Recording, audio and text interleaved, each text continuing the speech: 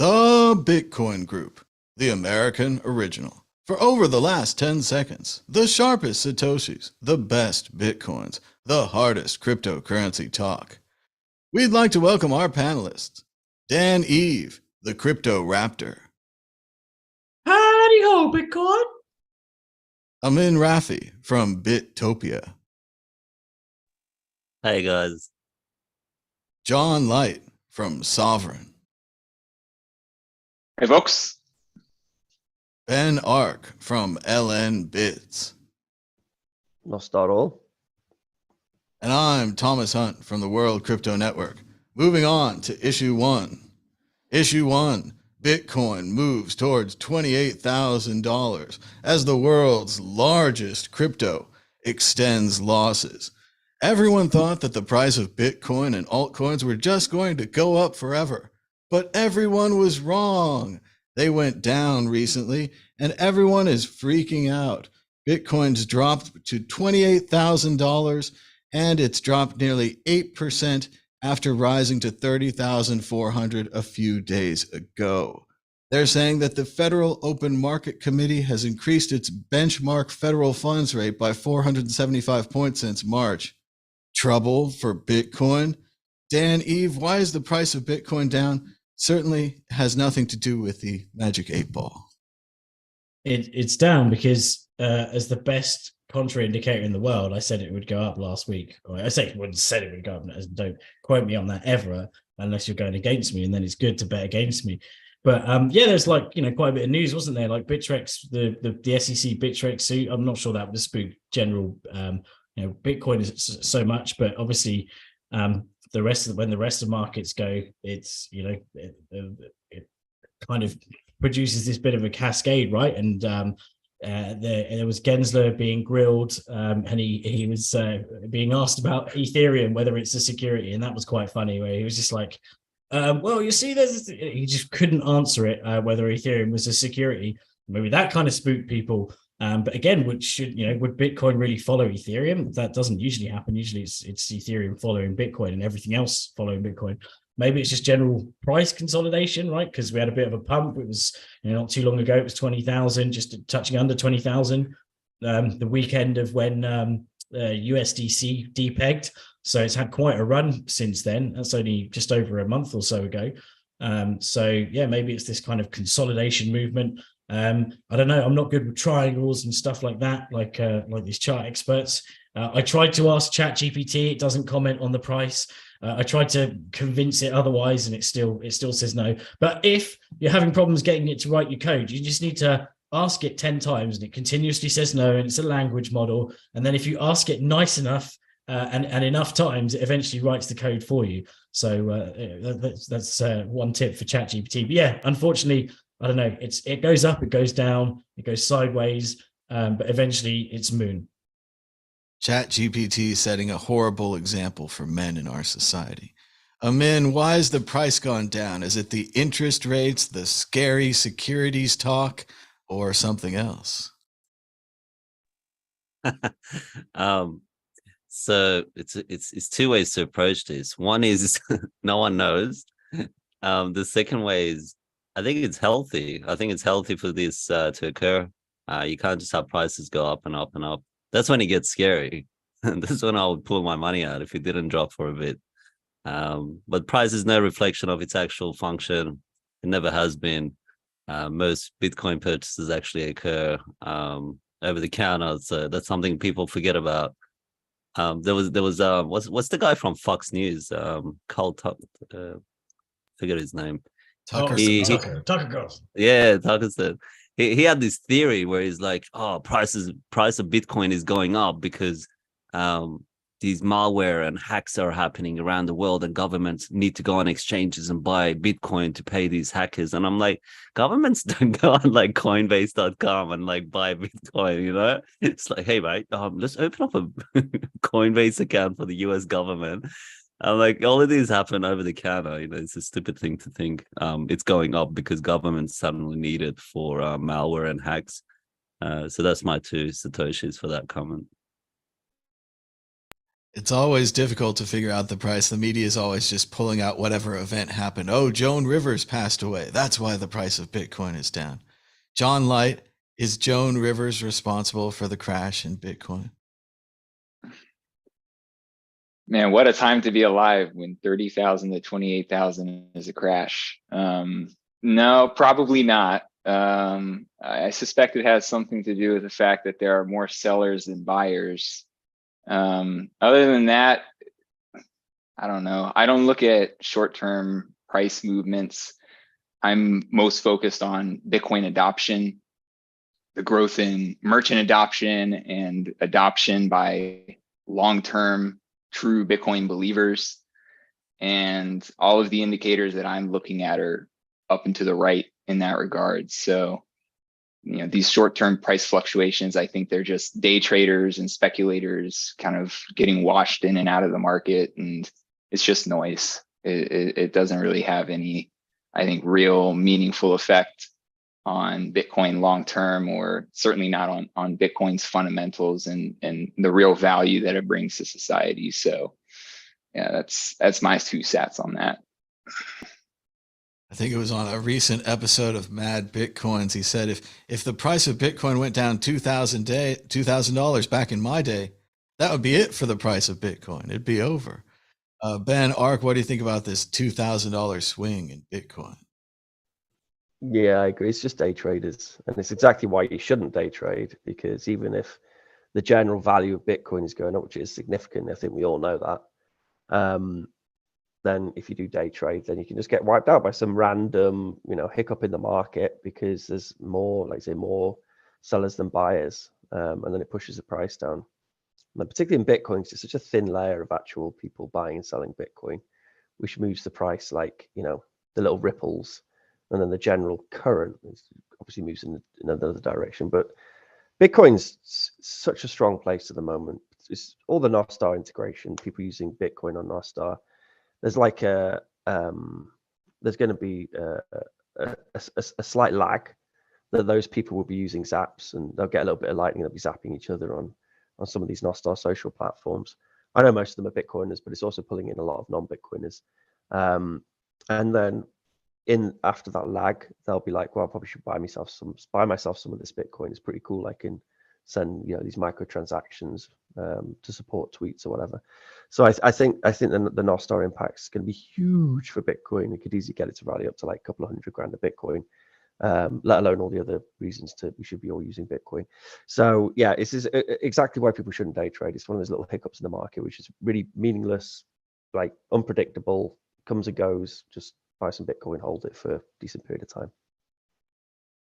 And now, showing that you have true powers over the market, I'll ask you guys to predict against the Bitcoin predictor ball, the greatest source of all truth in Bitcoin history.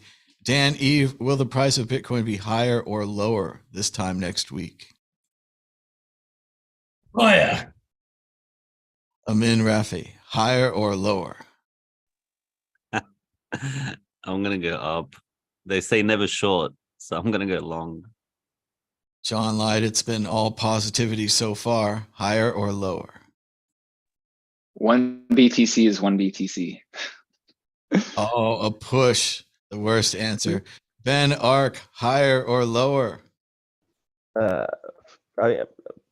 Lower, but I just for a tiny period of time and then back up. I mean, yeah, whatever, it don't matter. Yeah, lower. Lower, because someone has to be contrarian, right? We can't all be positive. Here we go. Will the price of Bitcoin be higher this time next week? Very doubtful. Very doubtful. The ball is pessimistic. So there you go. The ball has spoken. Moving on to issue 2, U.S. crypto exchange Coinbase secures Bermuda license. We thought that Brian Armstrong was just threatening the United States, saying that Coinbase might leave. But now it's a real possibility, with Coinbase setting up a Coinbase International exchange that sounds like it might finally be able to compete with the likes of Binance and others who've been running stateless crypto exchanges, even offering 0 fees. Amin Rafi, what do you think about Brian Armstrong and Coinbase's decision to perhaps flee the United States because of a lack of regulatory clarity? So my view on Coinbase is it's got a huge link to the intelligence agency, and I'm not a fan of any centralized exchange. So as far as I care very little about centralized exchanges. So as far as like them moving to Bermuda, I think they should do that anyway, regardless of what's going on. Being able to compete with Binance, maybe. Binance controls the market quite strongly, and I think it's interesting. I think it's interesting, these news about centralized exchanges and their ties. I don't know. I'm a fan of decentralized protocols, so I don't care is the real response. Of course, if Coinbase was a CIA operation, they'd be losing power by pushing them out of the country and weakening them. John Light, what do you think about Coinbase and the possibilities of Bermuda? Kind of reminds me of the Bahamas and someone else down there. Yeah, when Coinbase polycule. But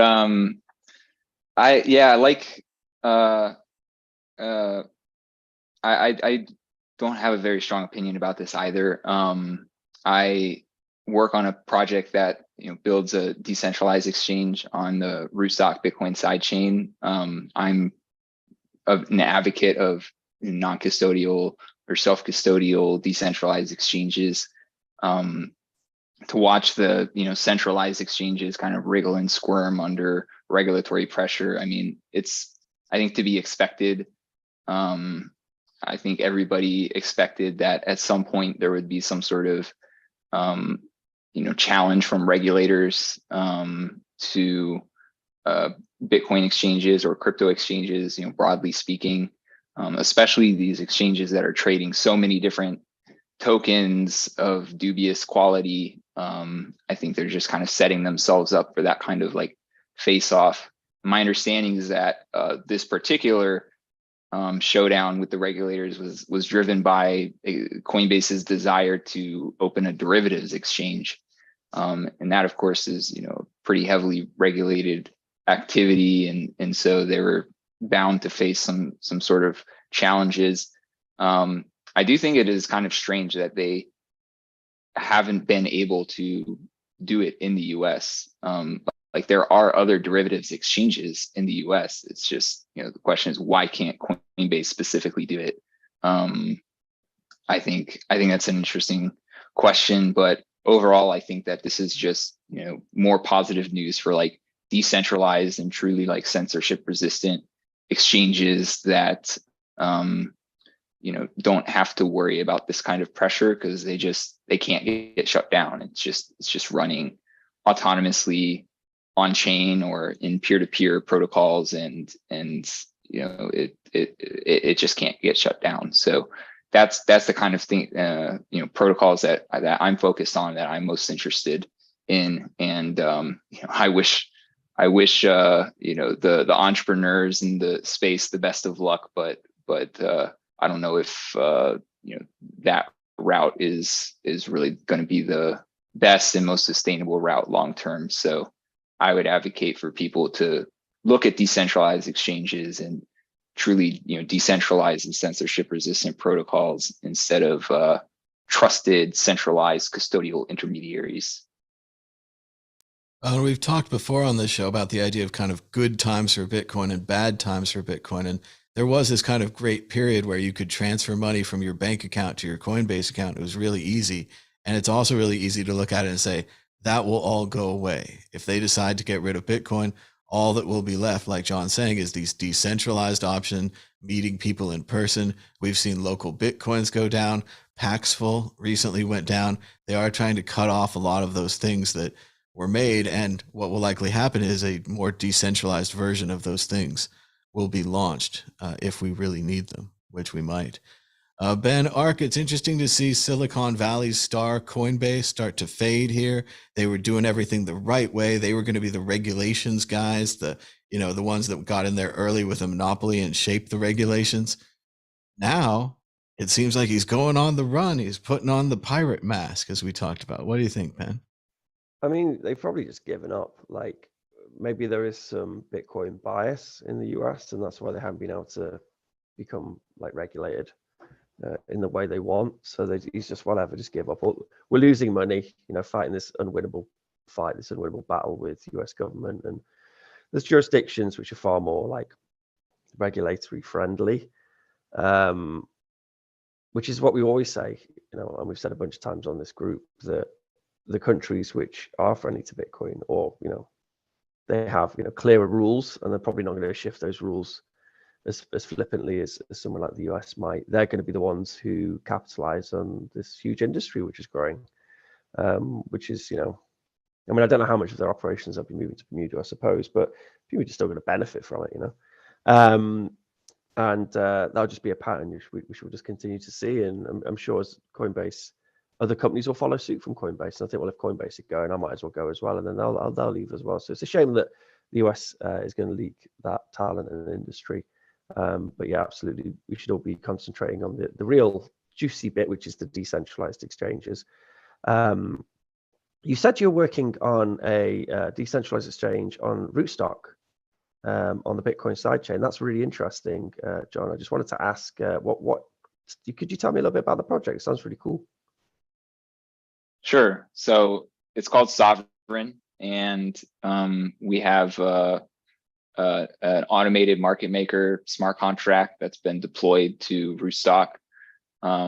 So users can deposit liquidity, and then other traders can come along and trade against that liquidity, Bitcoin for stable coins and other assets that people choose to list on the DEX.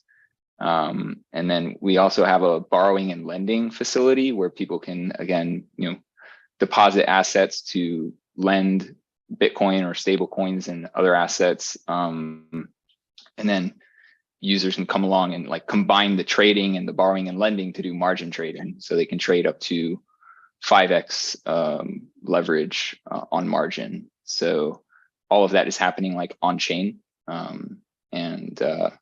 Yeah, it works. It's been running for a couple of years now. It does, I think, 1 million, 2 million or something like that in volume a day. So it's still relatively small, but it's been working and slowly growing. So we seem to have lost Ben, but when he comes back, we'll see what he thinks about that. Let's go to Dan. Eve, is the United States at risk of losing their tech future? Are we finally getting to the point where they're cracking down on these, legitimate Boy Scout following the rules entrepreneurs? Well, they have been a company that have, they've been friendly to regulation, right? They've been cozying up with the regulators, and it seems like trying to do the right thing in the US. So it's kind of a big deterrent for businesses wanting to start your business in the US if the biggest company, the biggest US based trading company can be hounded continuously by the SEC. And the recent one was about staking, right? And how they got told off for staking mechanisms, and obviously whether you they obviously have loads of shit coins on there, but pretty much every exchange does nowadays. You can't avoid it, right? Because if the customers want it, you're going to supply it to them. But it's that classic example of regulation to evacuation, right? You get regulated too heavily, you get fed up with the markets, as Ben said, they're kind of probably given up, right? Imagine sleeping at night thinking any service that you have is going to be attacked by the regulators. And why bother focusing so much of your efforts with regulation when there's all these absolutely insane, obvious scams out there that aren't being chased as much as, say, given the time of day from regulators as Coinbase are. You think about like how much effort's gone into finding one coin, still probably a lot less than Coinbase and these all these other crazy scams out there. Yet legitimate businesses that have tried to be good with regulation, like Bittrex as well, another one, they're being targeted. And that's kind of, I wouldn't want to start a business in a place where you know that you're just going to get spanked every time that you try and even make a good move or whatever the right move is. But one thing that was interesting I didn't realize that in that article is that that in March, derivatives trading volumes, March alone, by the sounds of it, derivatives trading volumes on major exchanges hit $2.8 trillion, which is a huge amount, right? So it's a huge business to be getting into. So why stay in a market that is so difficult, as John said, to why not launch derivatives in the US? Go and do it elsewhere. You're not going to please anyone by doing it in the US. They're only going to look at you even harder and under more scrutiny. So it just makes perfect sense to sleep better at night and be in a location, set up in a location that's going to be a bit easier on you than US regulators. Also, as John was saying, they have those large mansions in the Bahamas as well as Bermuda. So, never too late for Brian Armstrong to branch out and join a polycule. But as Dan was saying, I think this goes well into the exit question. Bittrex, the US exchange, has recently sent me that all too familiar email. It's time to withdraw all your funds. We're getting the heck out of your country. Do you think I'll get a similar email from Coinbase? Amin Rafe, is Coinbase going to leave the United States? Yes or no? I believe so, yes. They'll leave. They won't go down with the country fighting the regulation. John Light, will Coinbase leave? I don't think they'll leave completely. I think they'll probably still continue to do spot trading here, but yeah, they will set up some other business entities outside of the US, like maybe staking, maybe derivatives and other things that the regulators are not, cooperating with them on here in the US.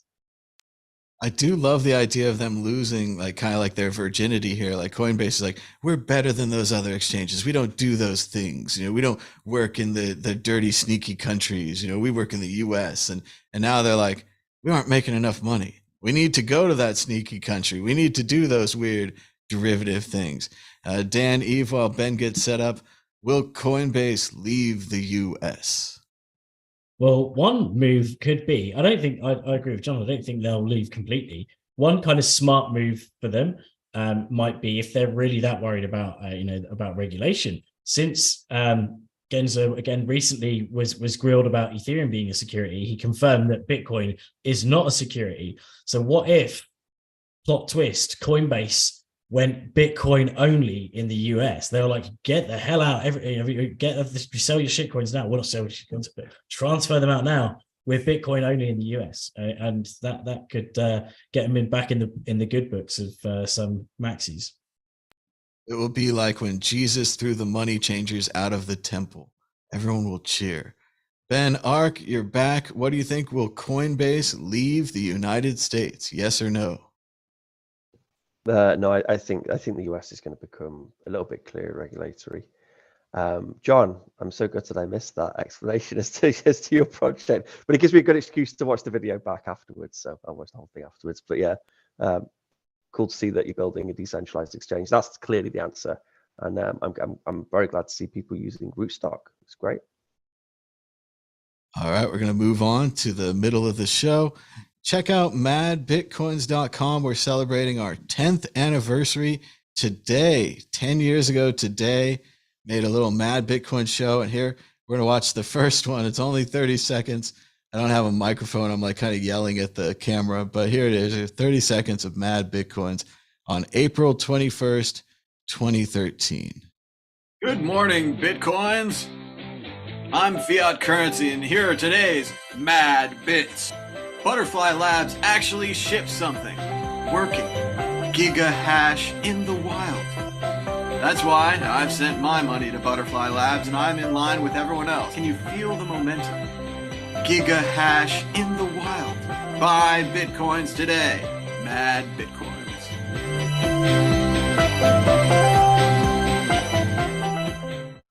So there you go. I didn't just recommend that you buy Bitcoin. I said that you should buy Bitcoins, multiple Bitcoins. So, and that's amazing. I didn't even realize I was here for such a special day. So happy 10th anniversary, Mad Bitcoins. Did you ever get that Butterfly Labs ASIC? It's pretty interesting. Eventually, I did get it. But it was so sad because as I show in the next episodes and stuff, it's like the difficulty goes straight up. Something about my timing there in April, like Mad Bitcoin's kind of joined for the giga hash moment of Bitcoin mining, where for a couple weeks you're like, if I could get this box for $300, it'll make $300 a week. Like I'll clear in a month. I'll be in the rolling, and then by the time the box comes, the disaster with the company, everyone else in the market getting gigahash at the same time. I think that, we did get a small Butterfly Labs box, the little itty bitty one, and we ran it for, I don't know, 6 months until it, covered its costs. And then I think it went on eBay, sadly. I thought we should have kept one, but yeah, it was tough. It was all your predictions on your legal pad for your mining business or whatever it would be, all went down, all lost money. Like mining was loud and interrupted all my movies, but was never successful at money making. But Ben Ark, what do you think about Mad Bitcoins? I think it's spectacular that it's been 10 years, and congratulations. And Mad Bitcoins, whoever that guy is, I mean, like, he had such a huge impact on Bitcoin. Like, there was so little content out there back then. To see this, I don't know who it is, but I mean, could be Satoshi, whatever. This guy just appears and then produces all these videos. Occasionally produces a video now. It's all very impressive. But no, absolutely, it's a real momentous occasion that we're 10 years from Mad Bitcoin's first video. Yeah, I'm looking forward to the next 10 years, see where we are. It was pretty amazing. I remember no one was talking about Bitcoin at all. Like I'd read about it a few years ago. I didn't get into it then, and everyone has that tragic story.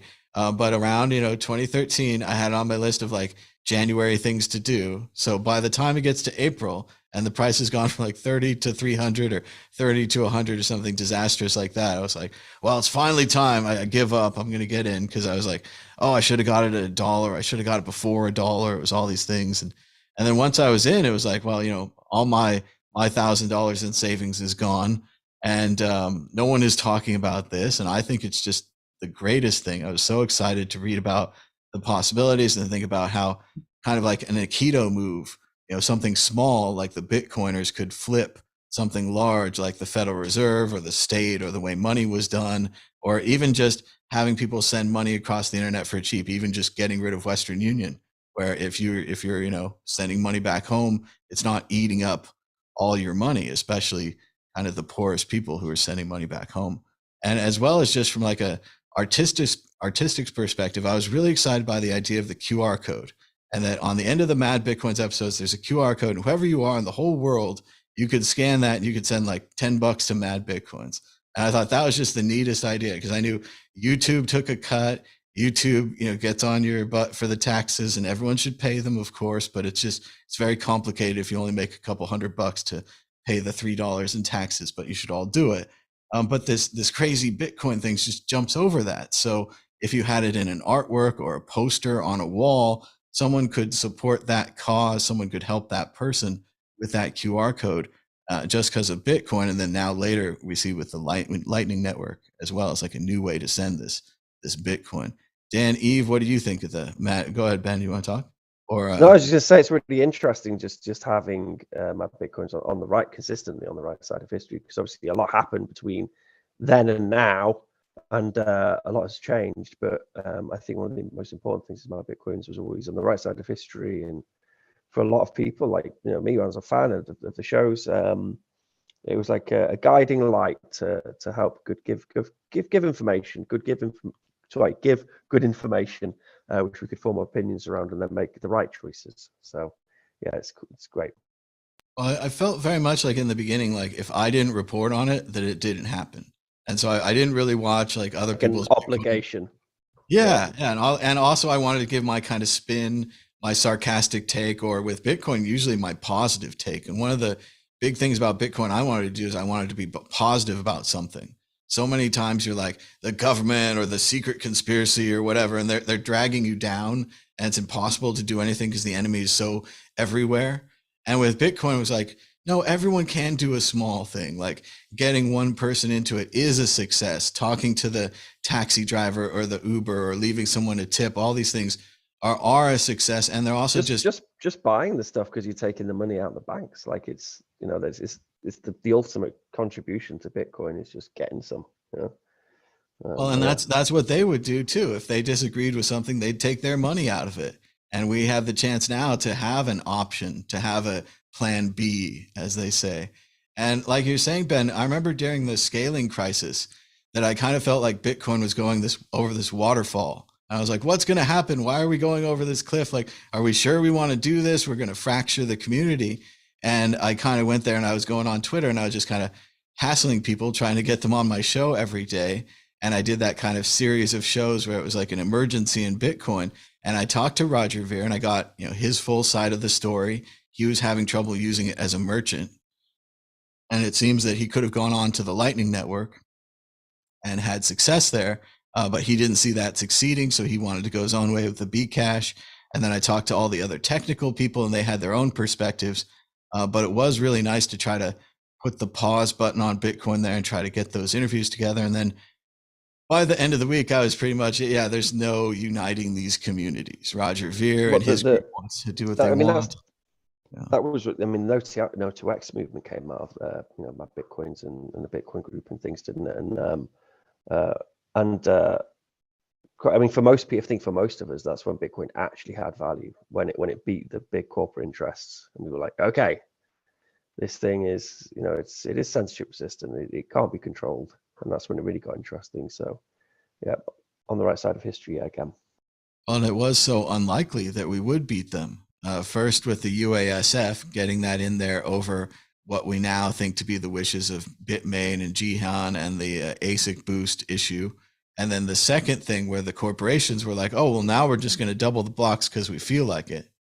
And everyone was like, nah, maybe we shouldn't do that. We should wait some more, be scientific.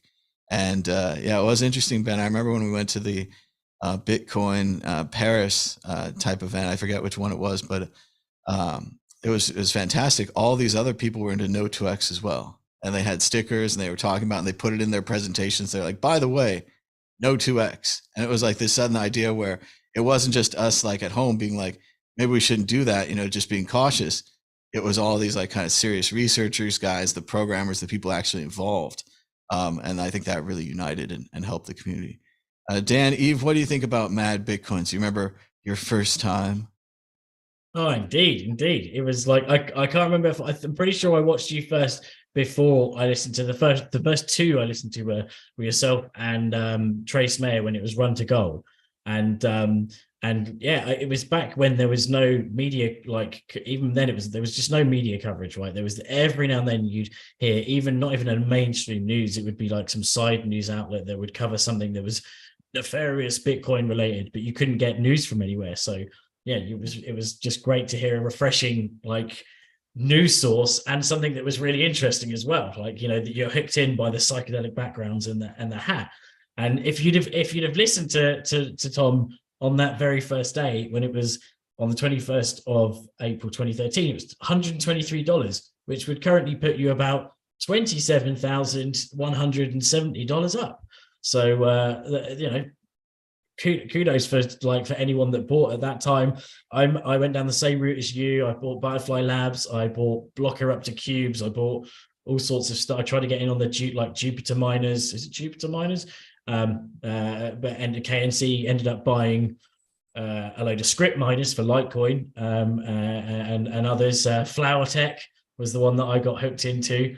And it was crazy days, and then ended up building a little mining farm out of GPUs because I got stitched on every single ASIC I bought. And exactly the same thing, had a massive spreadsheet, all these calculations, like how much profit I was in as I was waiting for it. I was like, oh, this profit, amazing. And then it got here and it was like difficulties up like 50x. I'm like, no, oh, savage. All those dreams just fluttered away in a butterfly's the flap of a butterfly's wing. But yeah, incredible that you've been doing 10 years producing content. Absolutely amazing.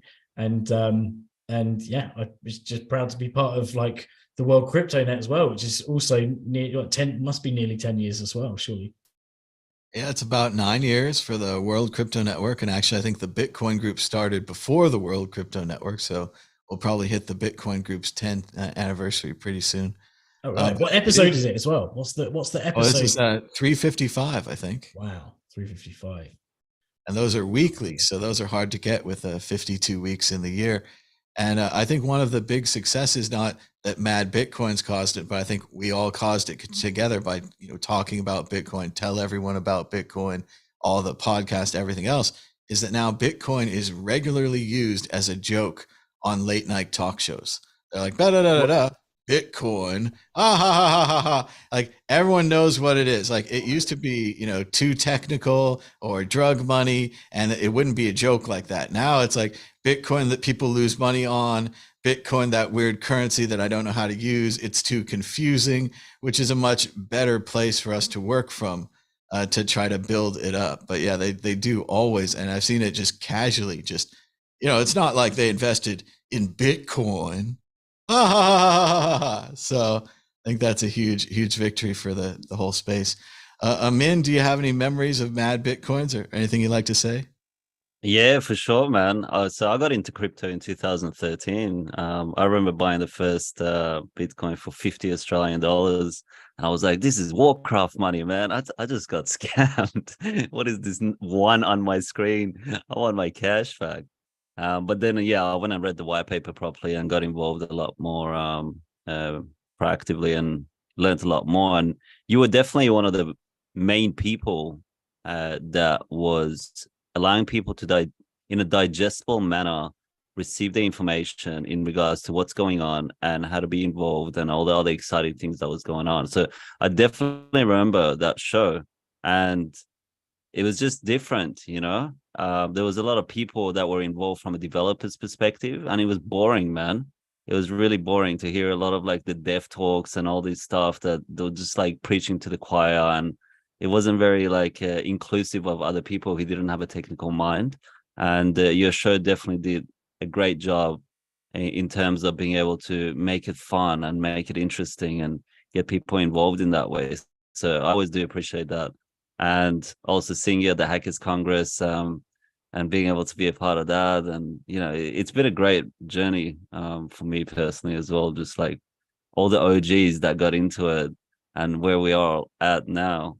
And yeah, with the mining, I had my own pool not for Bitcoin. I had like several pools for different cryptos. One was X13, which turned into Darkcoin and Dash. So yeah, it takes you back. When you took me back to when I saw that date, 2013, I'm like, damn, a lot has changed. Now there's all these people talking about centralized exchanges. I just want to tell you something which you might find crazy. Like I do workshops and courses on cryptos, and I have a lot of students when I tell them, you can buy Bitcoins or cryptos in person. They're like, what? You can buy it in person with cash? I'm like, yeah, yeah. I mean, that's how it started, like that's how it's designed to be. They're like, wow. Like I'm being very genuine here. Like it's not even a joke. They're like, where do I find these people? I'm like, well, meetups, there's people meeting up. They're like, there's people that have meetups for Bitcoin and crypto. I'm like, yeah, man, go on to like meetup.com or Facebook or ask around. You'll find the right groups. And they're like, wow. Like it blows them away, because they've been so focused on what the garbage that comes out of TV and like what you said, oh, they didn't buy Bitcoin. Like it's like who's the clown here? But yeah, it's good to feed them that information. I just thought after 10 years people would have figured out this stuff, but it really shows you how little people are informed of what's really going on and how to get in touch with it and how to obtain it without going through centralized exchanges. And once you go through it, and as I do with my students, they just like never look at a centralized exchange again. I had like two ladies in their 40s and 50s who literally found like a couple of Bitcoin ATMs around Sydney, and they drove just to like use it. They're like, we will never use a centralized exchange again after knowing how it all works. I'm like, good on you, ladies. Go get it. But yeah, good on you. And not your keys, not your coins. Yeah, not your key, not your coins, man. And yeah, congratulations. 10 years. That's a long time to be on the front line. So good on you. Thanks, man. Yeah, I think one of the other things we're still working on is that you can buy less than one Bitcoin. You can get like a 0.0 or 0.001 or all these kind of things. People they still don't have that. That's right. Thank you for bringing that up. They're like, no, I can't afford Bitcoin. It's too expensive. I'm like, you buy $100 worth. They're like, what? You can do that? I'm like, yeah, for sure. You can buy like 10 cents if you want, but it's not going to work. Well, I know where the idea comes from, like stocks or gold bars or whatever. You have to buy the whole one. But even now with stocks, they have programs where you can buy like $100 of Apple or whatever if you don't have it for the full share.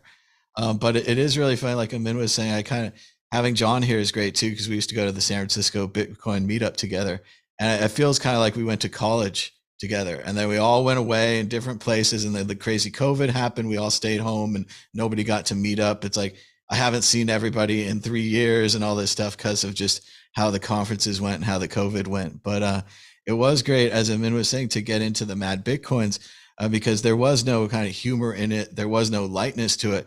And at first I got kind of pushback. I got kind of negative comments. So they're like, Bitcoin's a very serious thing and you're being, unserious and you're not being mathy enough and you should go slower. And why are you using a weird voice and why you have a weird costume and you shouldn't have this. And it would be great if you just did it like a normal newscaster. And I was like, no, I'm trying to break through. I'm trying to get it in a different group.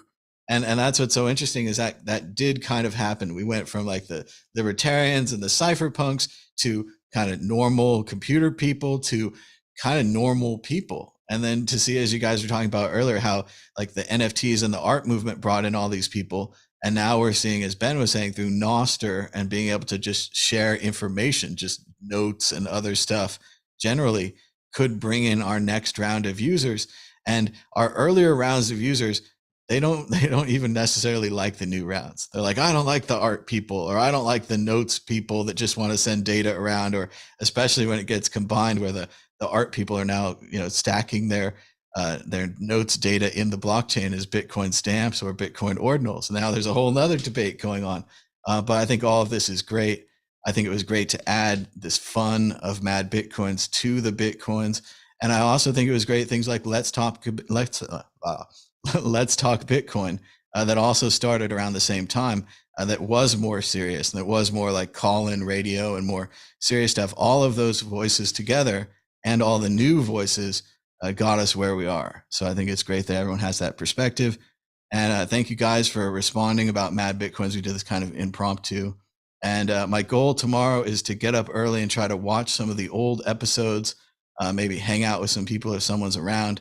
But it's really fun. We're going to watch some old episodes over on the Mad Bitcoins channel. So check that out. But now back to the Bitcoin group, on to issue 3. I honestly think that was the most important story, to be honest. But there we are. Let's carry on. Most important. Come on, Ben. We can't pat ourselves on the back all day long. Only sometimes. All right. Moving on to issue 3. Bitcoin Lightning Network is 1,000 times cheaper than Visa and MasterCard, according to data. Yes, Bitcoin is finally starting to flip Visa and MasterCard thanks to the Lightning Network. We always used to talk about this before by how Bitcoin was too slow, it didn't do enough transactions, and that the transactions cost too much. Now the Lightning Network seems to have perhaps solved both of these problems. Let's go to John Light. What do you think about the new data that the Bitcoin Lightning Network is cheaper than Visa? It doesn't surprise me. I think, Visa and MasterCard have virtual monopolies in their domain, and they're centralized, and there's a lot of friction and regulatory red tape in what they're doing. So it's no surprise that their costs far exceed those of a decentralized peer-to-peer free market for payments liquidity that we have with the Lightning Network. But it's good to see that intuition backed up with real data now, and it'll be interesting to see if we can keep that competitiveness as the Lightning Network grows. It would be great to get back into the whole Bitcoin adoption thing. I watched some old Mad Bitcoins episodes getting ready for the anniversary. And sadly, a lot of the time I talk about going to restaurants and using Bitcoin. And I get a lot of flack from the Bcashers and such. They're like, oh, we can still use our Bitcoin at restaurants. It would be great to see the Lightning Network rise to that level. Ben Ark, now that it's cheaper, are companies going to get in it? They're going to figure out they pay to use Visa. They only get their money at the end of the day. It's a settlement system, whereas Lightning Network, boom, instantly. hardly any fees, could change the world, like we used to say about Bitcoin? I think it's probably for use cases beyond Visa and what the Visa network is capable of. So I don't know if you remember when the Lightning Network was kind of a concept and it was being worked on. And yeah, the Bcaches, they would say it's all the big blockers or whatever, say it's vaporware. When it was more academic, and there were all these conversations about how many transactions Bitcoin could do. So like Visa network could do 27,000, I think it was the number, 27,000 transactions a second, whereas Bitcoin could do 7 transactions a second. And it was like, okay, clearly this isn't going to scale. We need something better. And then the Lightning Network started, and people started running nodes, and there were some node implementations, and it was buggy and hacky, and people were doing it for altruistic reasons, for geeky reasons, much like when they first engaged with Bitcoin early on. And then going back to our previous topic of my Bitcoins, when I did that Rabble interview on the World Crypto Network in Costa Rica, this is the guy who employed Jack Dorsey, and he worked on a lot of free and open source projects in the past. He's kind of like the free and open source hacky guy in Twitter, trying to keep it free and open source, but obviously that's an impossible mission. And we had a good conversation about how important the social aspect is of free and open source. And if you can have some great free and open source project, but with no social movement, then it doesn't get any traction. No one uses it, and it's a shame because it's a great technology, like something sort of like Liquid might come to mind. I always feel there should be a better social movement around the Liquid network by Blockstream. But with the Lightning Network, we had Fulmo, and was probably the main driver, which is the German lot, the sort of hacker German lot. They really pushed the Lightning Network. They started the Lightning Hack Days, the Lightning Conferences. So many projects came out of them, like LMBits came out of the Lightning Hack Day, and all my projects came out of the Lightning Hack Day as well. And it was really that social movement which made the technology become successful. And it just as with Bitcoin, this is why content creators or anyone who is trying to get people engaged with Bitcoin, and especially in a fun way as well, why it was so important, why my Bitcoins were so important.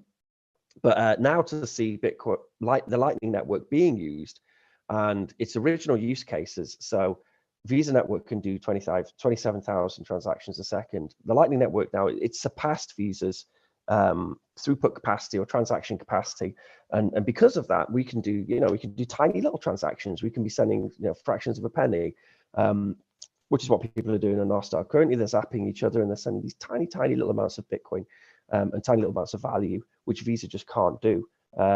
And I actually think that this is the way in which Lightning Network will be adopted more by different industries, is they'll be like, wow, this opens up all these use cases now, which we just can't do on Visa because Visa technology is just not enough. Like can't do enough transactions. They cost too much. Like we need to do really more than $1 to be able to make it financially viable on Visa. And I think and so pay-as-you-go content, paywalled content, that sort of stuff, and zaps, and those sorts of applications, a bunch of other applications people haven't even thought of yet. I think that'll be the real driver into people using Lightning Network. But it's fascinating now because for such a long time, Lightning Network was just hobbyists, and a bunch of, some services you could get, you could pay for your hosting or whatever online, but there's some real things you can do with your Bitcoin on Lightning Network now, which is great to see, and long may it continue. I think a lot of younger Bitcoiners look back and they're like, why would you ever spend Bitcoin? Why would you even tell people to spend Bitcoin? This is disastrous. Even donating $10 to Mad Bitcoins, I've had people get mad at me. That $10 is worth $100 now, and I sent it to you, and whatever. If you didn't rebuy, you have to rebuy. But I think what we're talking about here is having too many transactions in the blockchain. And it's because of these people who were sending it around, who were spending it, who were talking to their taxi drivers and their Uber drivers, that it became too popular, that the programmers then had to make the Lightning Network. They had to look for scaling solutions. If no one had ever used it, it never would have done that. And I think we're going to see the same thing with the Lightning Network, where people need to start using it more. And God forbid it gets full. But if the Lightning Well, Network it was can't. No, this is the thing. It then- can't. It well, can't then get full. It just can't can't full, get they'd full. have to make a second one, or it just get too No, big. no, no. It just gets. It got infinite capacity. You just open more channels. The biggest, the biggest limitation. I've of the heard Lightning that Network- before, and then I get down to Excel sheet number 255, and it stops saving and it throws away the rest of your data without telling you about No, it. no. The like this. It just scales infinitely. But what you need is to be able to make channels. The same thing. I hear that from Apple iPhoto. They're like, it holds all your photos. I'm like, what about 100,000 photos? What about 200,000? No, this is different. But the biggest limitation is opening channels, opening closing channels. But that'll be fixed with channel factories or whatever. Yeah. But sorry. But yeah, I do think. Well, channel factories don't allow you to open new channels with people, right? You can only open channels with the people you already have channels open to. But for onboarding a new user to the Lightning Network, you still need an on-chain transaction, right? Yeah, it's still potentially fixable problem. It's just finding a solution and then being able to. And we have Taproot now. We can do a whole bunch of things we couldn't do before on Bitcoin. Someone will find a solution for that problem, I'm sure. Yeah, I think interestingly enough, we're back in the same cycle where we need people to use it, people to buy and sell things for Lightning, and to cause the network to be expanded, and we need people to talk about it, not just at a Mad Bitcoins or a podcaster level, but just everyone that sees a Mad Bitcoins or this show or whatever, and then goes and talks to their friend, talks to their brother about it, tells someone else, forces them to buy $100 in Bitcoin, like holds the computer to their head, whatever's necessary. It spreads the word, it spreads the network. And now, Lightning Network is a whole new challenge. It's a whole separate thing. It's Bitcoin, 2, whatever you want to say. Can I add to that if I may? Sure, go ahead. Yeah, cheers. So, you said something interesting, which is like, it started off with, hey man, you can go to this restaurant or bar or wherever and you can use it, cryptos or Bitcoin, to pay for things and, give it to people so they know how to use it. I know so many people I can look back who after many years came back, they're like, hey, remember that $100 in Bitcoin you sent me? It's worth like, a couple of grand now.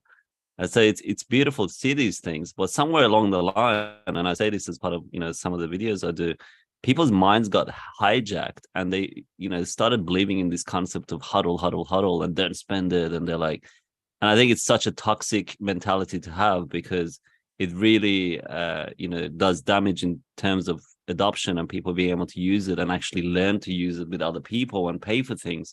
And I never understood why people, I think it's been hijacked. People's minds have been hijacked rather than their actual desire to hold on to it. And this is why, because there's no reason why you can't just have like an allocated amount that you use for spending or for purchases, and you have still your savings account. It's like money, yeah. But there's so many different assets in life that you can just kind of be like, oh, hold on to it, and one day it will go up. You're just going to be sitting around, you're 30 years old, you haven't or 40, 50, 60, or whatever, and you haven't seen anything, and you're just like, thank God I held on to my crypto. It's like, well, did you do anything with it? No, but I do have a lot of crypto. It's like, I remember getting into it in 2013, 14, 15, before it became infested with people that just came in for the money aspect. And it was used to do beautiful things. Like I used majority of mine to travel and speak at events and share the knowledge with people. And it was a more blissful period of that crypto era. Whereas now it's just, it's changed a lot. So thanks for bringing up the concept that people need to use it. People need to really go out and use it. And I really love seeing people like go and find restaurants or bars or wherever where they can spend it. So it's fun. It's just like cleanse your hand of that blood money. I definitely think it's a great idea for people to use it. Also for them to have multiple wallets, like you said, multiple accounts, like have a long-term, life savings, have a normal savings, have a spending money one. I think a lot of people were like, they kept it all in one account and then they felt moved to donate to somebody. And they're like, oh, here's your 0.1. And they're like, I just sent away my life savings, my savings, and my donation money all at one time. And then if they don't rebuy almost immediately on whatever platform you want to rebuy, they lose money or they gain money or whatever, and they get all mad about it. But like Amin was saying, I remember my first time kind of watching a Bitcoin transaction on like a YouTube or an explainer in the very early days, and it was all command line. And I was like, oh yeah, this isn't going to work, guys. I mean, I can see where the value is coming from here. I can understand what's going on, but everyone else is going to think this is a trick, and they're not going to get your Warcraft money here. Your 0.00, you're sent, oh, you sent it to yourself. Oh, but when you actually use it yourself for the first time and you get that wallet and you send, $1 or $10 or whatever from one wallet to the other, and you realize that it happened without an intermediary, with like a bunch of random intermediaries, right? Which is better because they can be trusted, whereas one, could be corrupted and so forth. And then, you send it back and it's like, it happened again, and in the old days it used to go, beep, have a huge like computer beep, the whole sound and everything. And it was just so fun that like starting to send it around and having, for me, one of the big breakthroughs is, why I didn't get in 2010 and I did get in 2013 is that, especially Coinbase and BitPay were there. And I was like, wow, there's an easy to use wallet and there's a merchant thing. So I can go to the, Davi site and I can buy something and Davi can get paid and he can pay the people that he bought the thing from and all of this. I was like, wow, this is, much better than that command line thing I looked at a few years earlier. Dan, Eve, what do you think about the Lightning Network using less energy than Visa? It's just generally better, right? Well, what's really cool about it is that Bitcoin often gets mocked because of its fees, right? But now Bitcoin is cheaper than the biggest payment systems on earth, and like by a long shot, like a huge amount. Obviously, it's not on the main layer, but the fact that it's faster, more efficient, and much cheaper than the biggest payment networks we have that's a huge a trophy to sort of to swing around, I think. And I think I must admit, so I'm totally with them in like the blissfulness, if to explain it as the blissfulness of the era back then, right? It really was a different mindset, and I definitely agree that the hodl thing, this is just a brand, but the hodl thing is a free hat. No, but I think it's it's good to have both, right? Obviously the hodl thing gets people in, right? It's one of those things that makes people click, but it definitely was more about Bitcoin is used as a payment zone. I exactly the same thing. I think it was that said about replacing Western Union. That's how I heard of it. Like it's it's P2P. It's paying someone from around the world. It's internet money. It's the thing. Rather than it being like, this is an asset that's going to replace everything on earth, everyone's going to sell everything they have, from Lego to postcards to gold to uranium, to get their hands on Bitcoin. So it has definitely transitioned, I think, probably, I don't know, somewhere around like I think it was reasonably like, 2017-ish, 2018, that it really started to transition into this hodl thing during that bull market of 2018. I think whilst the mindset changed from from spend Bitcoin everywhere, here's some Bitcoin, which I all of us used to do, like it was Doge rain, like back in the day. Now their mindset has changed, but only because I think for a lot of us it's like, if you hadn't have done that and you'd have just been like, my precious Bitcoin, we'd all be insanely rich right now. So there's probably a bit of what's the word, animosity towards those who didn't spend it. You were part of the bunch that spent it and shared it around, and you gave Bitcoin to someone who then says, again, comes back to you, like Amin said, like, oh yeah, that Bitcoin you gave me is worth a huge amount now. So I feel good about it. I feel good that I gave out Bitcoin in the early days, and I got people hooked in and suckered in. So, and Lightning Network, it kind of exploded during that period where it was probably around early 2019, right, where the number of channels just went through the roof, and now the capacity, like the capacity, what is it? It's like 5,500 Bitcoin, which is just huge. It's like $161 million according to BitcoinVisuals.com. So that's a really cool milestone. In the hundreds of millions now locked into Lightning Network, and it shows that it's evolved like Bitcoin has. It's not like a brand new protocol now that you really can't trust. Obviously, everyone says it's still experimental, but ultimately it's reached that phase where there's a level of trust in the trustlessness, as it were.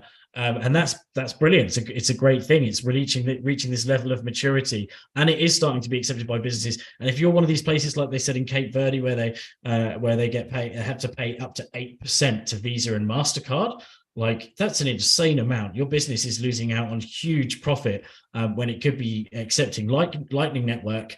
And if you're saving 8%, then that's more than enough to accommodate for swings in price here and there. You're making that much more profit by not accepting Visa and MasterCard, let alone American Express, because they charge apparently a lot more. So yeah, hooray for Lightning. I just want to say I think a big part of people spending it early on actually was because, like, you thought it was going to break, and you're like, well, I've got this thing and I can do something with it, and I might as well buy a fucking pizza. I might as well buy something before the whole thing implodes in on itself. There wasn't the certainty that this technology will stick around for longer. So, I recently shared a place with Marty Malmo, who's the second person ever to work on Bitcoin after Satoshi, and the dude would be, multi-billionaire had he kept his coins, but obviously didn't keep his coins. And there's always someone who's spent more coins than you spent, and Bitcoin wouldn't be anywhere without people spending coins. And that's what's great about the Lightning Network, because I think part of where this hodl thing really took hold was during the scaling wars. There was a good argument from the big blockers. It was like, you can't use this as money. You can't use it as day-to-day for day-to-day money. And then the smaller blockers would be like, well, no, it's a store of value. It's not meant to be used as day-to-day money. It's supposed to store value. So then you store a large amount of value within Bitcoin.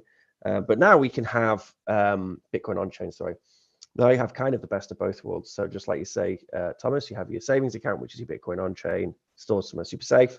And then you chuck some sats into your Lightning wallet, and that's the thing you go out and use to spend in your cafe, in your bar. And all those transactions for coffees aren't stored on the blockchain anymore, which is great. I also think, Ben, there's kind of a novelty to spending Bitcoin and getting stuff. Especially, I can't think for these early people, but if you'd held it for years and it's like, oh, it has this value, and finally you could buy alpaca socks or a keychain or whatever, and you got something real for it, you're like, it does have this value. Like, I got this keychain, and it was this kind of reality proof. And as Dan was saying, it's sad, I think, that we only have two acceptable investing strategies in Bitcoin. You can hodl, which is great because you don't have to think about anything. You just hold everything. Or you can trust a guru or a system, like a chart watcher or a magic 8-ball or somebody like that. And then that, in the same way, you don't have to think about it. You don't have to take responsibility. And that's what leads you to using something by DJ Booth, the xsats.net, where you go back in time and you're like, oh, if I had bought this, but you're like, I wasn't responsible. I was following my hodl system. I was following my guru system. So I don't have to think. That's the worst website which has ever been created. No one go anywhere near it. What's it called again? It's awful. It's called xsats.net. And it's similar to the original website Preve that a lot of Bitcoiners use, where you can say, like, what's $10 in Bitcoin? What's $10 in Satoshis? But then there's this horrible button below there that DJ Booth has engineered from his mad laboratories in Australia. And this button lets you go back in time. So what was the price on April 8th, 2013? And it's like, oh, that $1, that was $100 now. And it'll wreck your mind. So you have to stay away from that. But both these systems are about getting so that you're not responsible. And there's a lot of other systems of religions and other things that make it where, you're not responsible for your life. Like, something else is controlling your life, alcohol or a religion or a god or a parent or a wife or somebody's controlling your life. And the system sorry, I didn't mean to cut you off, Thomas.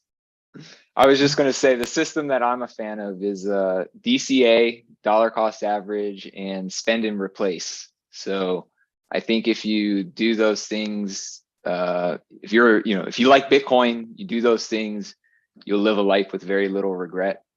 I would just say, overall, do what feels right. But that strategy has worked for me for a while.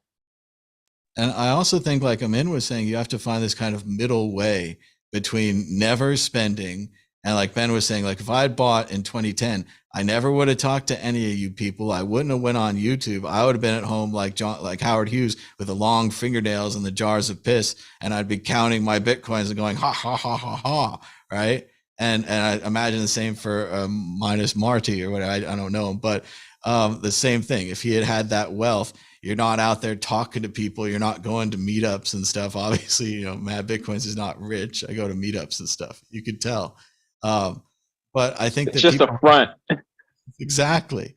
But they have to figure out kind of a moderation between that, like never traveling, save all your Bitcoin, or like waste it all on a Lambo or a Ferrari or whatever it is. There's this middle ground, and a lot of religions and things talk about that, but it's very difficult. It's not like easy to just be like, I'm middle ground now. It's a lot easier to be like all the way vegetarian, where like I never eat meat, rather than like I eat meat every once in a while. And the same thing with like smoking cigarettes. You're like, I smoke them all the time, or I smoke them every once in a while. You go right back into smoking them all the time. So it's that moderation that's hard for humans to capture. And Can I jump in? Go ahead, Amin. Yeah. Yeah. It's interesting actually, like Ben touched on it as well. It was during the 2017-18 period where the scaling wars sort of thing was happening. The narrative changed into this store of value. So I saw like they were trying to change the narrative of Bitcoin from this thing that, if you read the white paper, it was meant to be for microtransactions and like these sort of things that people were using them for. And then they changed the narrative to like, no, it's actually a store of value. And I think that's what pissed off a lot of original Bitcoin fans, because they changed the narrative into this kind of thing that you just hold on to. And it's not for paying for coffee, and it's not for going to the restaurants and paying for food. It's actually not what it was designed for. It's a store of value. And that really pissed me off personally as well, because it's like, hold on, the original. I don't know how. I mean, it ostracized a lot of people. I don't know how much good that bit of propaganda actually did for Bitcoin, because it's like you say, it was wrong. Like it seems like a building block for everything that came afterwards, where the Lightning Network did provide what you wanted with the microtransactions, and we did get there because of SegWit. Yeah, but I mean, I think the way they said it was a store of value. People are clever enough to understand that you can use it as money, and currently it's not scaling very well. Like, you don't have to actually change the purpose of the technology into a store of value. Yeah, I agree. And it was interesting because back then in Netherlands, there was a city, Arnhem. It was called the Bitcoin City. And they had like over 100 grocery stores, bars, cafes, restaurants, where you could go and pay with Bitcoin. So one of our meetups actually would be to meet there on a Wednesday, and all the Bitcoin fans would come and would go around the city and, go to a bar, have a beer, then go eat some food and like do it all with Bitcoin. And then all these people that are now like, regulation is great. Well, what regulation did was, in Netherlands, now you have to pay, I think, like 20 or 50,000 euros per year to have a Bitcoin or crypto license to be able to do that. So the business that actually did all that for free and provided the payment gateway for free so people can go and pay at all these restaurants and everything, suddenly they had to pay like, huge sums of money to be able to continue operating. So it just shut down all these real grassroots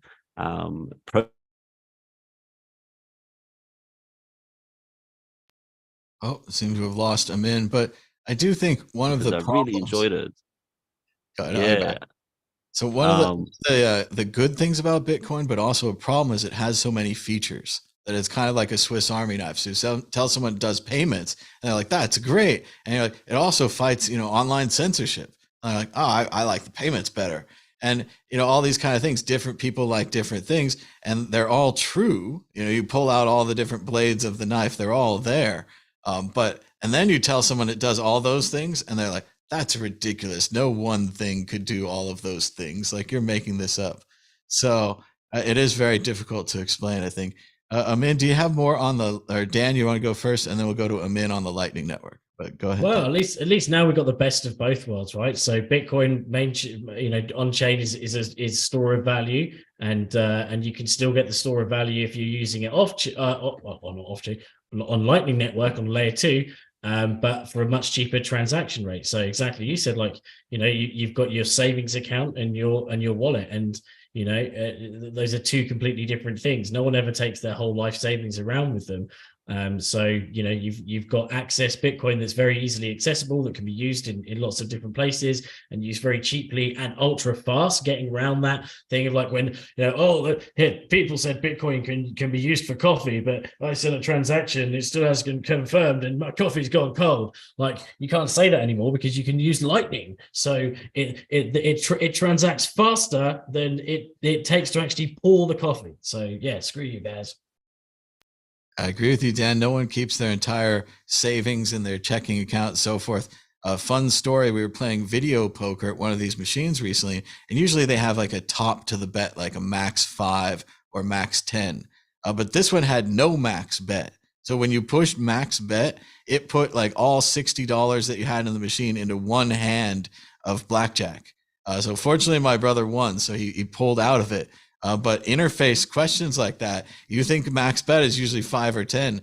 You push it, you got your whole savings account in there. You better win that bet or you're going to lose it all. So Amin, what did you think about the Lightning Network outpassing Visa? Yeah, I think it's for first of all, who cares what Visa is doing? I mean, if people are waiting for that kind of thing, it's just different mentality.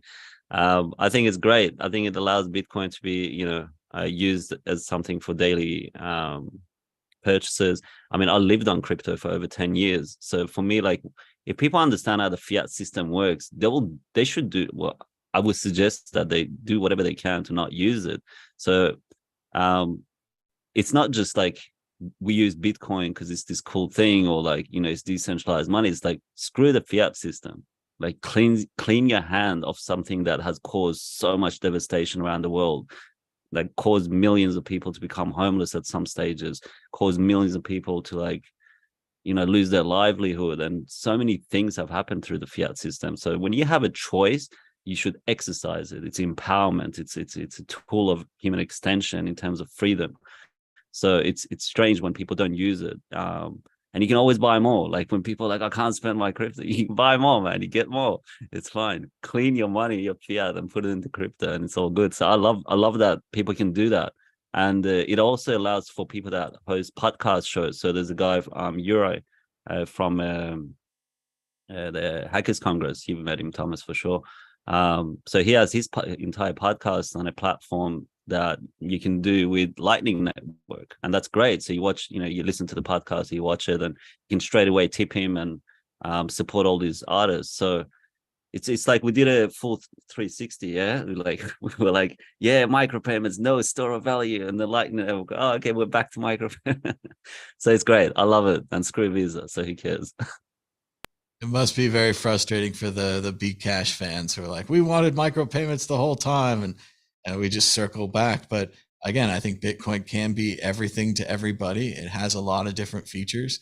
It's just which one is the most important to you. Let's move on. Even now we've got side chains like Rootstock that you can do Ethereum smart contracts. So if that kind of thing interests you and you're like, but I just want to do it with Bitcoin. Well, now you can.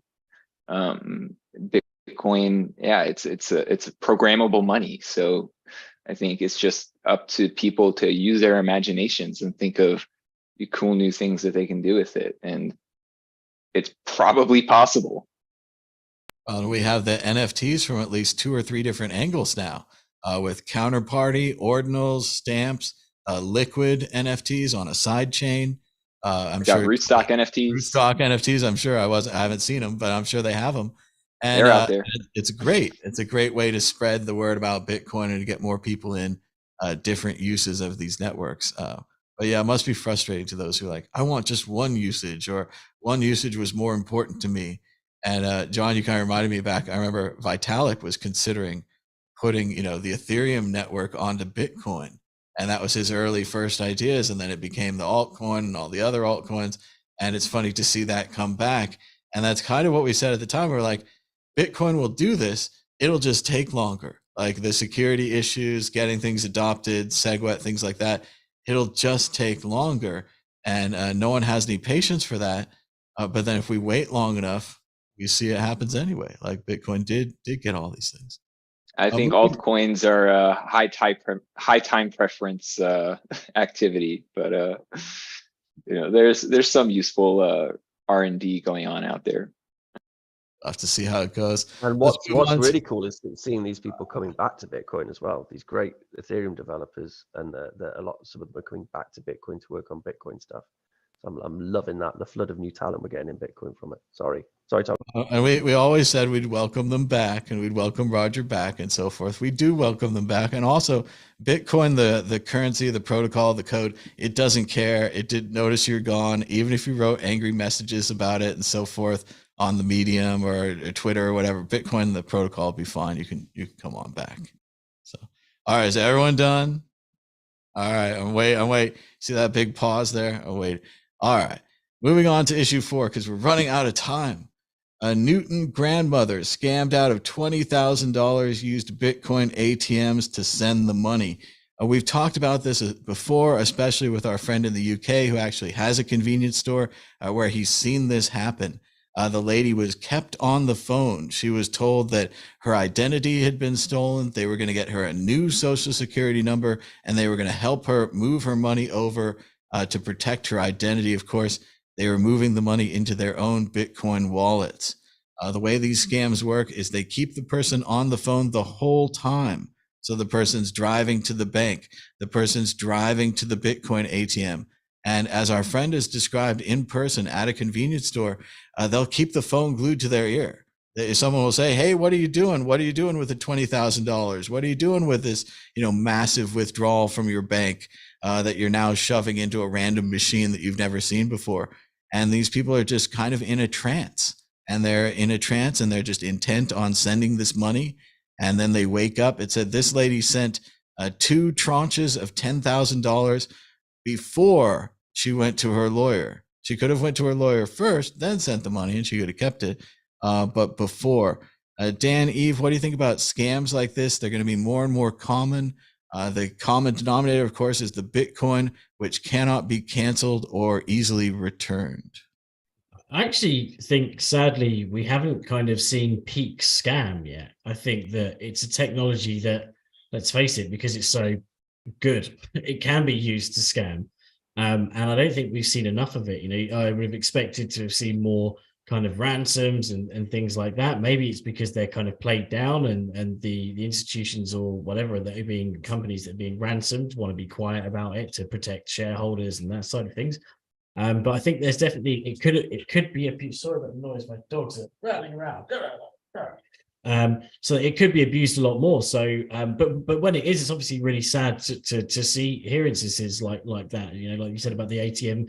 I think it's a post office scam in the UK that was sort of going around.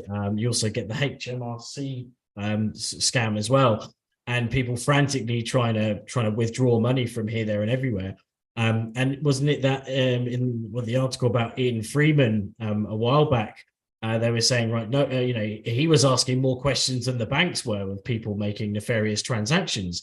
But I think that article does make a really good point, which is they said, quote, do we really want bank tellers screening us and asking how much money, what are you going to do with it? Is it for legitimate purposes? There's how far do you go with trying to protect people without mollycoddling and kind of asking in a patronizing way, what are you doing with your money? Why do you want to withdraw that amount of money?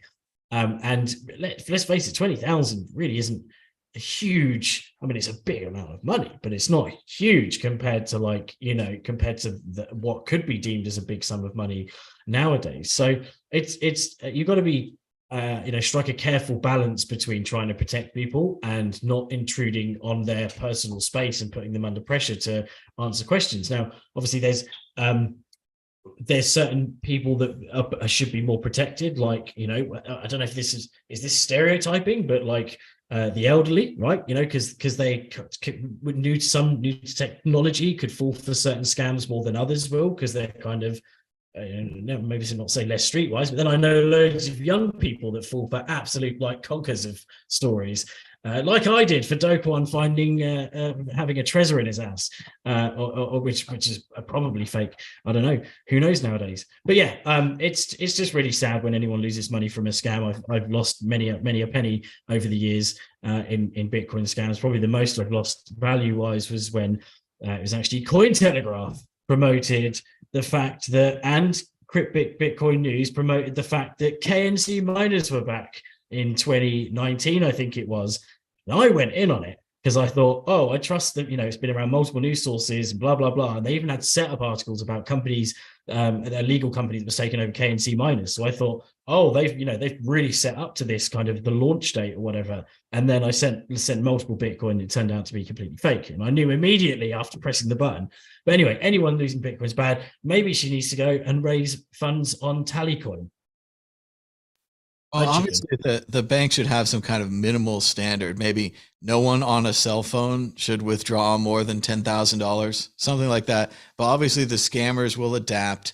They'll make them like hold the phone down, and the people are basically in a trance. It's like they're in an action movie now, and their heart's beating fast. And some of them, they say they've kidnapped their husbands. Other of them, it's a tax problem. In this case, they told the woman that they were going to protect her, that, you know, they're on her side. They were going to keep her money safe.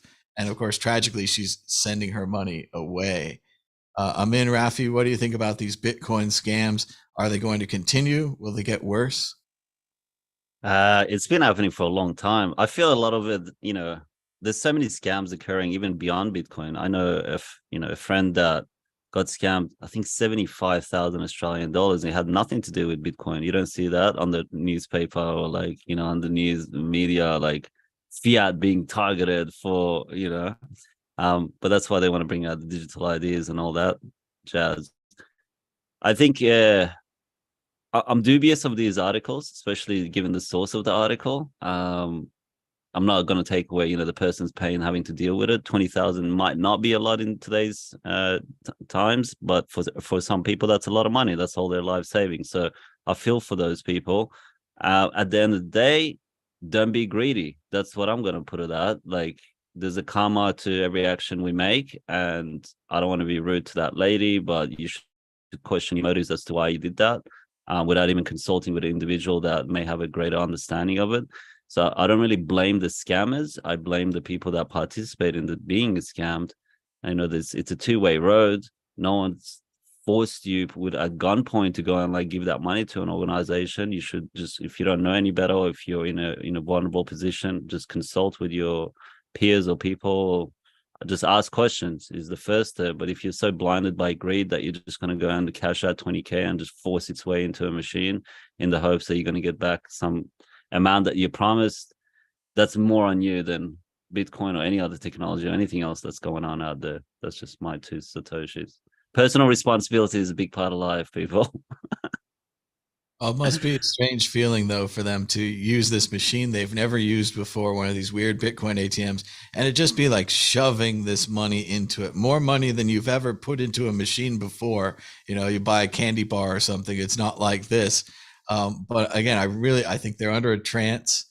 It's a completely different state of being, and they're not thinking rationally, because obviously they should go talk to their attorney or their accountant or their best friend. If you're going to invest 20K into something, you'd be like, I should talk to my best friend first. But they can't even do that, because they're like, stay on the line, sir, stay on the line. Don't hang up. The IRS is going to get you. John Light, what do you think about these scams? Is it all Bitcoin's fault by having this one-way transaction system? They kind of allow this and make it possible. I wouldn't say it's Bitcoin's fault. Like Amin said, people have gotten scammed with fiat many times. I mean, fiat itself is kind of one giant scam. Yeah, so this isn't Bitcoin's fault. I think it's on the one hand, I think it's what's needed is education. So I think, just more people should be educated. I don't know what it takes, PSAs, just more, conversations about these things on mainstream media. Just, people being, maybe people's banks sending out, like my bank, I have a credit union, they send me, I get newsletters from them probably quarterly at this point, of just like, hey, here are some scams that like our customers have said, like, are, they're getting targeted by. Look out for these kinds of things.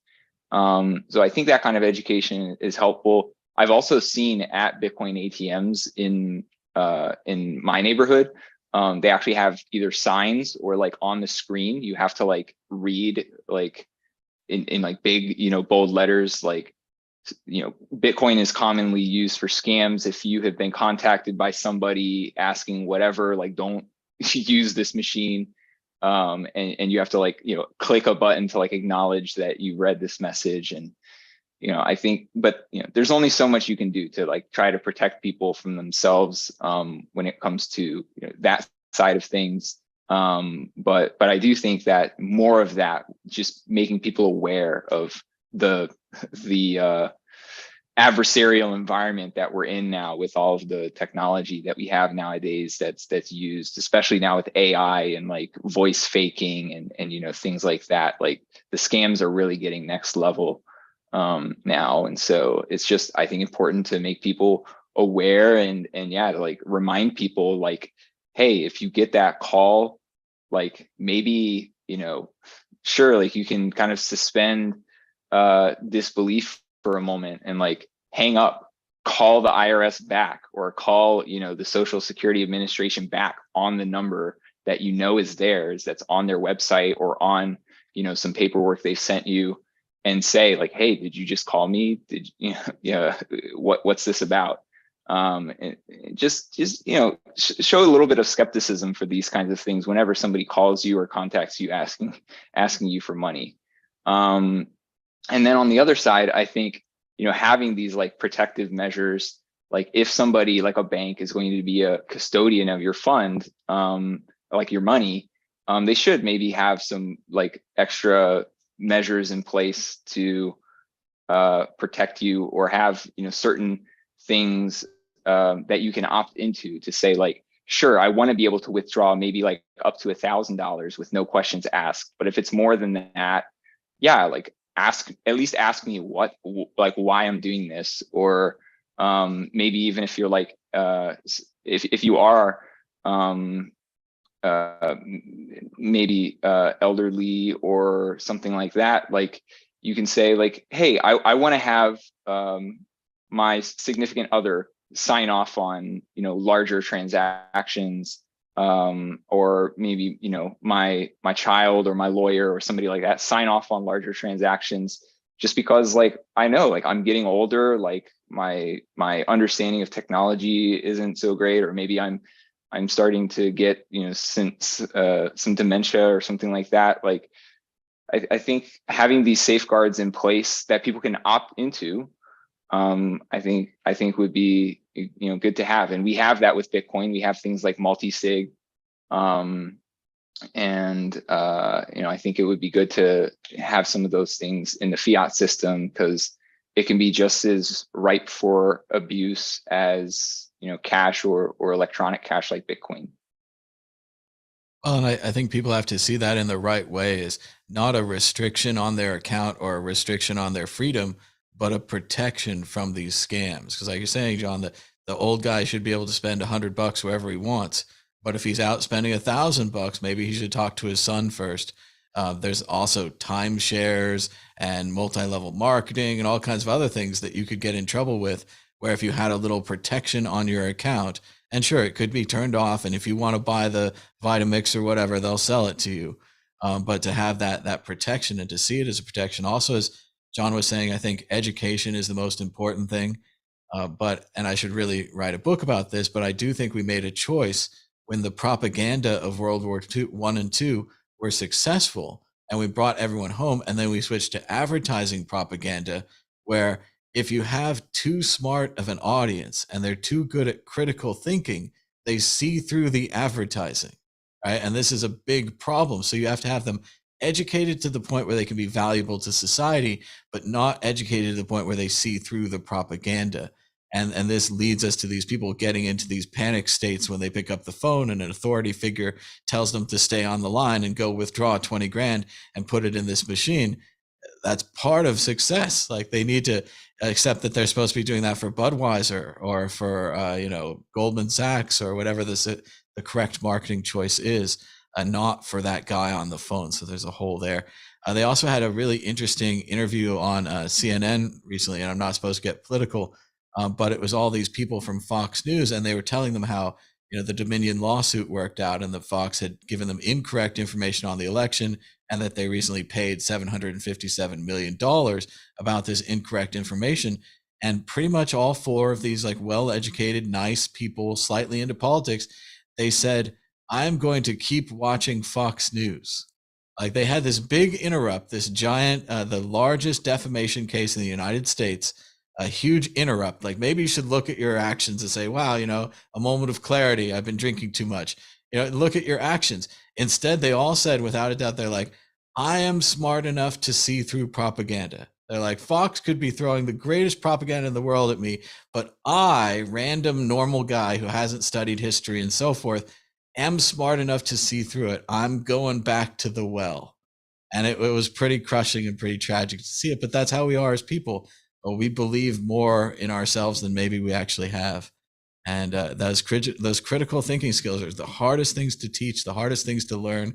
And it's not just being opposite. Like, I believe the opposite because this is true or whatever. You actually have to do the research every time on every individual thing. And then you have to be capable of doing the research, like have a research background and not just Googling stuff. But Ben, I fear we've drifted far. What do you think about the nice old lady who was scammed at the Bitcoin ATM? I think that the news and how people interpret the news is very interesting. I mean, a side effect to this information revolution, because you have there's a certain generation, mostly the sorts of people who will get scammed by something like this, where they grew up in a very regulated world, and they're free press in a lot of these countries, a lot of the developed countries. They could just trust there was some journalistic integrity, because they have a monopoly on press and there's an expectation there, and they could be regulated by government and so on. And of course, they've swayed one way or the other, but there was journalists did work. And then you had this information revolution, and then that same sentiment is passed across to just Joe Blogs on the YouTube video, and some old dear watches it and then believes this thing to be true or that thing to be true. And actually, normal people, just the very fact that they were programmed that this thing reporting news before had integrity, now this thing also reporting news has probably got integrity. And slowly people are learning that they need to be a little bit wiser and they need to be critical thinkers. And it's just a slow journey as the information revolution takes hold. And we're moving from that world of a regulated world to a freer world with more autonomy. And then it becomes the role of government not to regulate, but the role of government to educate. And if there is government or whatever, but government companies, whatever, it needs to educate, and education is the key. Yeah, but the news, how the news has evolved over time is a kind of interesting. And it's a shame really that you then, because what happens is with the traditional news outlets, is they then need to compete with Joe Blogs on YouTube, and they haven't got the resources to do so. So they just start saying things as well. And before you know it, you can't actually trust anything anyone says ever. And that's when you need to start doing your own journalism. So people are getting there, people are getting wiser, and this whole deal was part of that process. Everyone's been scammed at some point, and if you haven't, good, well done to you. But it's nothing to be ashamed of. And as the rest of the panel said, I think education is key on this. It's the role of government to, if you're no longer regulating things, and to really educate people. Well, they can't regulate. If they can't regulate this certain industry, then really educate them as much as possible on things they should be looking out for. It is interesting, Ben, how news has expanded from kind of guys on suits on your local news, guys on suits, national news, guys on suits, CNN. And then there's this kind of point where you can photocopy this guys on suits format and put a different ideology into it. And then it's not so much news and trust and the search for journalistic integrity, it's what your ideology is, and that the people perhaps trust that too much. And again, if you're using one source as your information, like, you're already in trouble. Like, you just need more sources. But we've gone on really long today, so we're running out of time. So let's go to Dan Eve for a prediction or a story of the week. Go ahead, Dan. You're always on the spot. I never pre-prepare for my story of the week or prediction. So I'm going to go. I'm going to go. Sadly, there's going to be a big event before the end of this year in terms of a Bitcoin ransom that will actually shake the news up. Something that's not going to be small time, but it's something that's going to be a big kind of turning point where people really start to it may even be a cascade of these events once the criminal realizes that they can extort people in such a way. But I do think, ultimately we haven't seen as many of the scams like in Bitcoins as I think we could be seeing, given it's such an incredible technology. Everything from the past is coming back. Dan predicts the kidnapping of the Lindbergh baby. The 20s are here again. He wants a Bitcoin ransom this time. Amin, Rafi, do you have a prediction or a story of the week? Go ahead. Yeah, all right. Prediction. I see Binance being targeted. So, I don't want it to happen, but I wouldn't be surprised if Binance drops, and a push for central bank digital currencies thereafter. That's kind of a worrisome prediction that I don't hope happens. The people that know how to use non-custodial wallets and really know how to use cryptos the true way do not have anything to fear. So that's my two satoshis. You never know when Binance is going to end up like Sheep Marketplace. They said it had great service right up until the weekend when they exit scammed. Then you just couldn't get them on the phone. John Light, prediction or story of the week. Go ahead. Maybe a story of the week. For me, it's a big week because I'm going to be speaking at the MIT Bitcoin Expo this weekend in Cambridge. And then I'm going to be at BTC++ in Austin next weekend. Very exciting. Other than that, I've just been heads down building. So I have no idea what's going on out there in the rest of the Bitcoin world. But yeah, that's the big story of the week for me. And if anybody out there is going to be at either of those events, please come say hi. I'm always down to chat. I'm going to be presenting about my research on validity rollups on Bitcoin, which I originally published at bitcoinrollups.org, and will now be kind of giving the presentation and talk at a conference talk format. So looking forward to that. That's great, John. Congratulations. And where can people learn more about the sovereign decentralized exchange that you guys are working on? Sure. So the main website is sovryn.com. That's SOVRYN.com. And that's the main portal, which will take you to our community channels and of course the DEX itself. So definitely go check it out if that sounds interesting to you. Sounds great. Sovereign.com. And Ben Ark, a prediction or a story of the week. Go ahead. Very cool. Congratulations about Bitcoins. And I very much enjoyed chatting to everyone today. And it's a big reminder as to why people should attend meetups, conferences and things. It's just great to share, words, spoken words with other Bitcoiners and throw ideas around. So I've enjoyed that very much. I want to quickly share my screen because in LNbits, we launched a SaaS. Can you see that? We launched a SaaS service. So now I can pay 21 sats an hour and I can launch my very own LNbits using our server. And then you can just run it. You could have an LNbits running just for a few hours for a meetup if you wanted to, or you could play around with the technology and you can install your POSs and that sort of stuff. And you can go to manage extensions here, go to all, and all these extensions you can install into your WordPress your LNbits installed just like WordPress.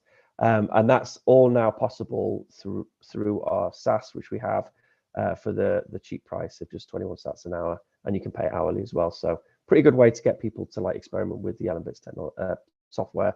Yeah, we're excited about it, and we've had a big uptake as well. People playing around with it, which is cool to see. So thank you for everyone for doing that.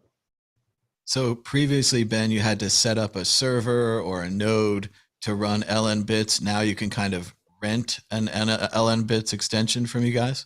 No. See, you could use our demo server if you want to, legend.lnbits.com, just to play around the software. And you could use someone else's LNbits server, or you could run it yourself on your own computer or VPS. It would make it easy. But there's just kind of a need for people to be able to spin up one just with a few clicks. So this actually installs a fresh LNbits install in our little Kubernetes cluster, and you get your own fresh LNbits instance, which is completely gapped from all the other instances, and you can just use it to play around with LNbits as an admin, as if you've installed the software yourself.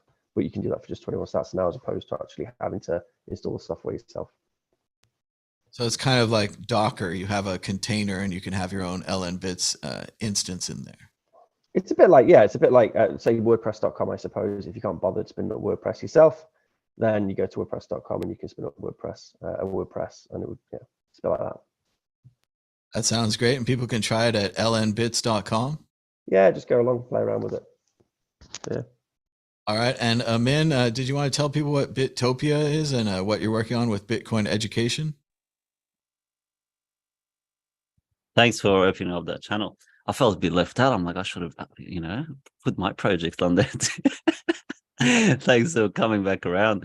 So Bittopia came about because of everything we spoke about. It was like 10 years and I was still confused why people didn't know what Bitcoin was. And it was so interesting for me that, if it was created by the IMF or something, everyone would know what it is. So why isn't it happening with Bitcoin?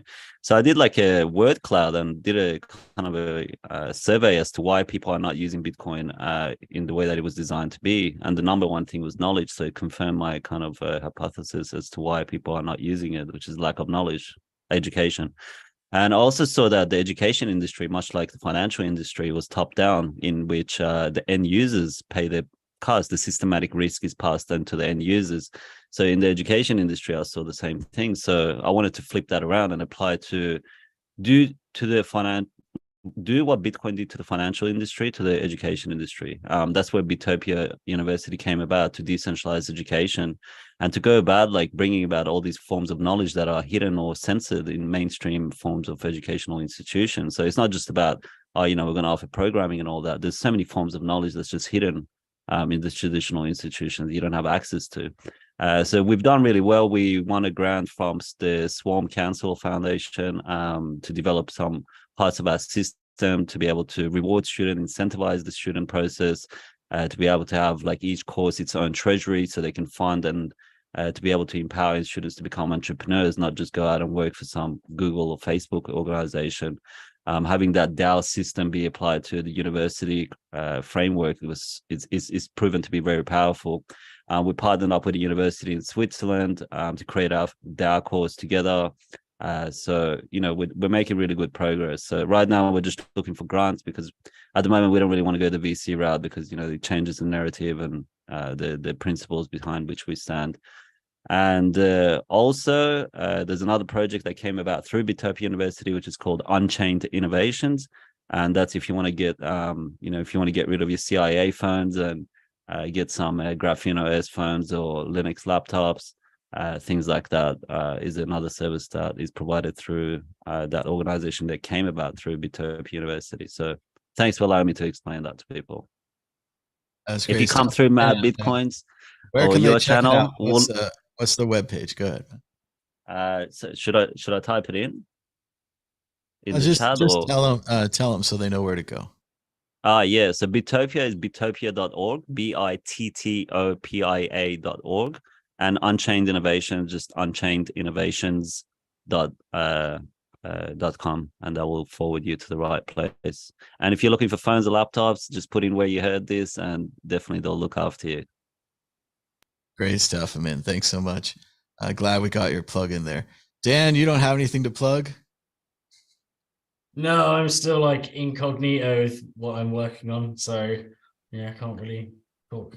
That's about all I got to say about that. But I am gonna start like writing some new content. So it's I need to start writing some tunes.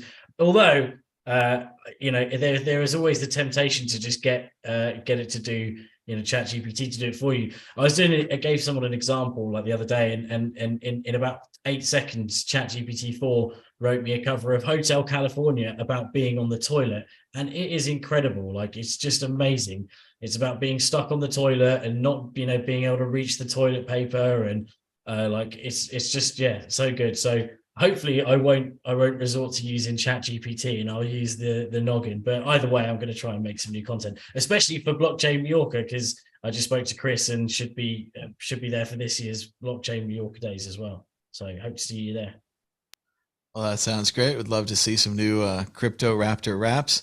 And just want to thank everybody for all the kind words about Mad Bitcoins. It's been 10 years.